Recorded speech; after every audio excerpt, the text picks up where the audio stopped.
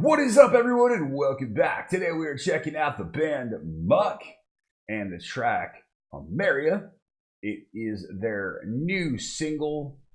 It was released on July 26th at guitar player Miya's 40th birthday, so late happy birthday to Miya. Written and composed by him, it was sold at the Shinbika Studio Coast on Miya's birthday. Request from Destiny World and WHSM, my two humongous Mucc fans that are Patreon subscribers. And as I'm still dialing in the setup in this new space that you see behind me and around me here, figure we'll do some smaller videos to continue to get feedback from you guys on how things look and to continue to refine the space. I'm looking forward to this one. Become a big fan of Mucc thanks to you covering them here on the channel. And it's also cool to be able to do a track that was released on Miya's birthday and him being the full composer of it. Love the cover art and homage to the mini disc. I love it being the Mucc disc. The artwork is awesome. It's definitely a throwback to those of us that are very familiar with the mini disc or the failure of it. But honestly, I had a mini disc player. They were actually pretty awesome for what they were, and I wish they would have caught on a bit more. But let's go ahead and get into it, shall we? Get into this amazing, or hopefully amazing track here. The band is Mucc. The track is Ameria. And here we go.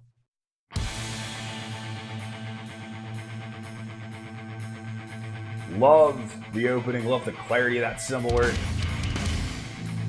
You're already getting some of those Miya-isms in the writing. Cool atmospheric tone. Really thick guitar tones.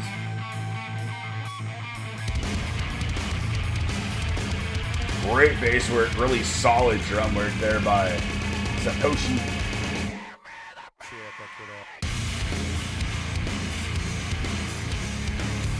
Get a lot of that influence you've heard on the heavier Mucc stuff, that big Sepultura-like groove, bit of that roots-like tone there.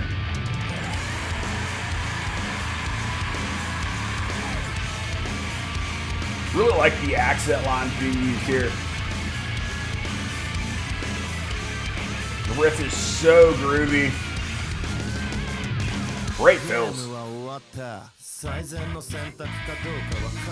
love the dissonance and the rapping here. Really cool cymbal and hi-hat textures by Satoshi.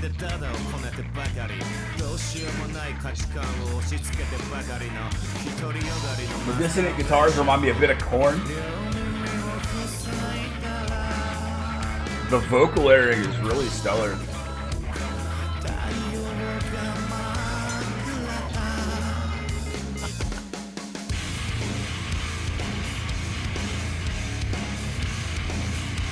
I love that keep going back to this riff here. Such heavy, so groovy.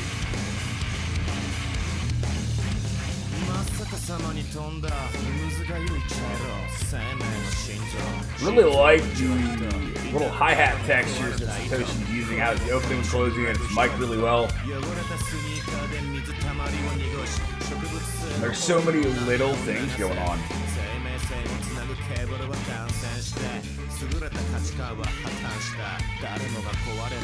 Killer bass accent there.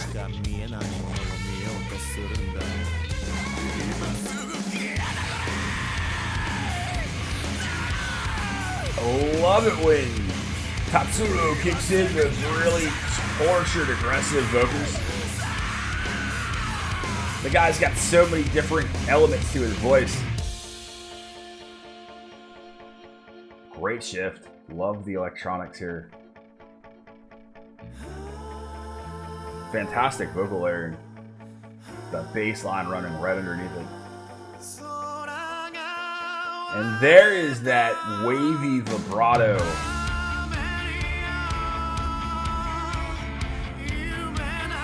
Really, there's a lot of guitar layering here. Really like how it sounds. Seamless shift into this more punk-like passage. He definitely has an older school Mucc feel to this part. Love how he took that passage and ran it into that falsetto that he has with a little bit of break. I like how it stops and chokes you up for a second. And then shift into that big, heavy riff, those big bends there. I love how you got that bend that's almost like he's hitting the trem just a little to choke it. And seamlessly shifting into a cool polyrhythm. Love how these guitar tones are really shifting. Those riffs are so tasty.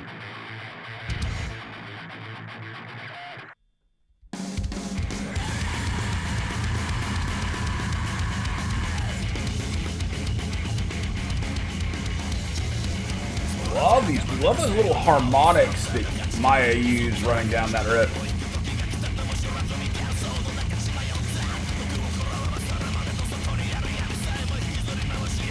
The rap-like delivery here works really well. Almost has a Duran Gray-like feel in some aspects. Really dig the hell out of that. With some of Miya's signature style guitar riffs and licks.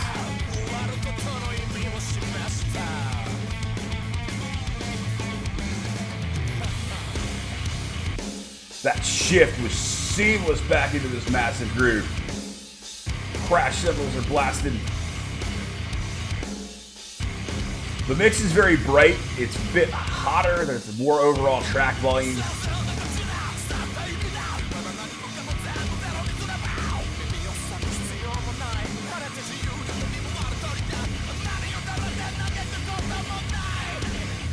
Love the breaks and just the different emotion that Tatsuro is capable of imparting in his vocals. And there's another one of those cool sections of his voice with the different textures of vibrato.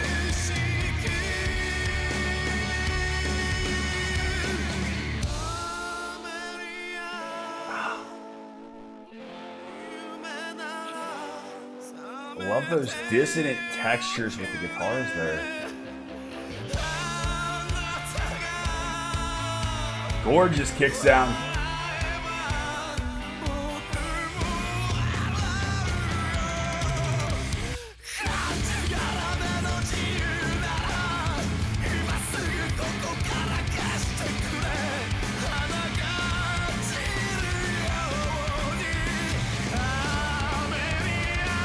Start to get lost in the way this track progresses and these gorgeous different vocal tones and textures that Tatsuro is just bombarding the listener with.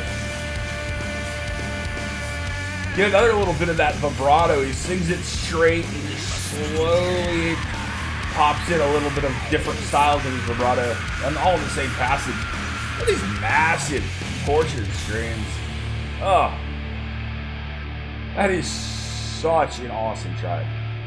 It is so tasty, so enjoyable, and it finishes out just at the 6-minute and 59-second mark before it goes into dead space here. And I'm just going to go ahead and stop it now.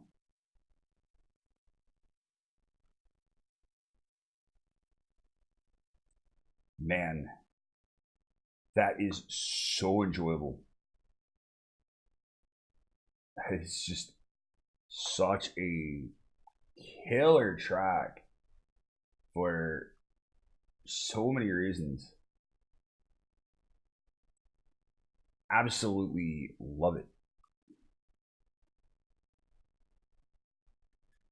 The guitars from start to finish, all these different riffs, these different textures are just outstanding. The tones are thick, they're rich. One of the things I love about Mucc is Miya is such a fantastic player, and being that he just turned 40, he's a year older than I am. So, it's I feel a little bit of that kindred spirit in some ways. I get a lot of those same influences in his playing that I absolutely grew up loving and playing myself as a guitar player and bass player. Though I tell you what, I'm not anywhere near this guy's level. He's such a phenomenal player. He's got such a great ear for tones and for where to use these different layering effects. I'd love to hear what he records with in the studio, because he's clearly using so many different things to get the sounds that he wants. His tones are just glorious. I absolutely love listening. Muck tracks are always a treat, especially bigger, longer tracks like this that don't feel like they're as long as they are. I mean, that's a 7-minute track. Did it feel like a 7-minute track to you? It really didn't to me. The different shifts throughout the entire track are just so well executed. The lyrics are really powerful. I've got such a fantastic translation from WHSM. I'll speak more about that in a second. I've always got to praise him for what he does, the work-wise, for these translations here on the channel. The track seamlessly shifts. You get hip-hop, you get all these different influences you hear from Miya. If you're a fan of heavier muck, you get that here, man. You get all those tones, all those influences, those really cool dissonant parts. The bass work, as always, is on point. It's fantastic. There's some catchy little runs and some dynamic playing. Satoshi really stands out. The drum mix is huge. The hi-hat mix is actually really outstanding. You can really hear that they mic that hi-hat up and really place that well in the mix, because he's doing some really cool little hi-hat things throughout the entirety of the track. I love how forward the mix is, but it's not overpowering. The guitars are still there, and those vocals are sitting right there on top of it with that bass line really thickening things out. Tatsuro, he's just an amazing singer. The guy's so dynamic. He's got so much technical ability, but he still doesn't lose the most important thing, and that's the ability to make his voice connect and impact the emotions of the listener. And he uses different parts of his voice like a weapon. It's his instrument, and you feel so much of that in these tracks, this one being no exception. Rapping, different aggressives, those gorgeous little falsetto parts that he shifts in from chest to head. I'd hate to have to do that live, because it's just that's a tough transition, the way he does some of that stuff. Into these different aggressives, into these cool different falsetto, not falsetto, but vibrato parts. He's got such a toolbox of different ways to use his vibrato. Sometimes it's just subtle, and there's this little movement in his voice, this little warble. Then there's these like really fast, quick waves and subtle ripples, these big shifts in and out. It's hard to describe, but he uses his vibrato in so many different ways, and it's so enjoyable. And it makes me as a listener feel so many different things. It's a track it's so listenable. It's so enjoyable. It's so easy to get lost in it. Absolutely love this track. I think the only major issue I might have with it, I wouldn't even call it a major issue. The only issue I might have with it is the track volume. I said the mix was a little hot, meaning the overall track volume is high. And it's definitely mixed treble heavy. It's very bright. So I had to dial the volume down a little bit on the audio from where I normally would have it. But that's it. I can't complain. I love this track. It's so much fun, and I'm going to continue to go back to it more and more. So let me know what you guys think. Is this the first time you've heard the track? Massive thank you to WHSM and Dustin for getting me a copy of the track to listen to. I haven't seen it other places, and the fact that it got released in a limited capacity makes me jealous and kind of wish I had a copy of the actual thing because it's just so cleverly packaged. And the other big question I have is, what do you guys think of the space? Definitely want feedback. I'm still working with lighting. I've had to go out and get more lights because this space is much, much, much bigger than the previous space I've been working with for the past close to 2 years. You go check out my Instagram page. I posted the picture of it about an hour or two ago at the time of filming this, because I have a gigantic wall. It's the longest wall in the space, and I want to fill it up with merch and whatnot, with band memorabilia to promote all of these amazing bands, preferably the lesser bands for the most part. But of course, some of the bigger bands that are near and dear to my heart will be there as well. But because of that, it creates different challenges, and that's why I'm doing these smaller videos at the moment, to get your feedback and your opinions so I can continue to dial in and refine things. New camera, slightly different placement. It's not up top of the monitor, it's beside the monitor, and so I'm still trying to figure that out. So I want to hear what you guys have to say about that so we can dial that in and refine that. Thank you guys. Thank you so much. I appreciate it. Massive thank you to both Dustin and WHSM. WHSM has provided translations for all the Mucc stuff. He also did, as far as I know, one of the only translations out there for the new Sokonin Naru record, which I did on the channel recently. And just an amazing person. And the amount of work that he does for me that I can shoot his videos for his Patreon request is incredible. And I am so grateful. And now I've got the two of them, him and Dustin, working together. And it is just, it's awesome. It's a joy and it's a pleasure to do stuff for these guys. So thank you two so much for being so patient with the move that I didn't even know was coming until it happened. It all went together in a week. Thank you guys. I love you.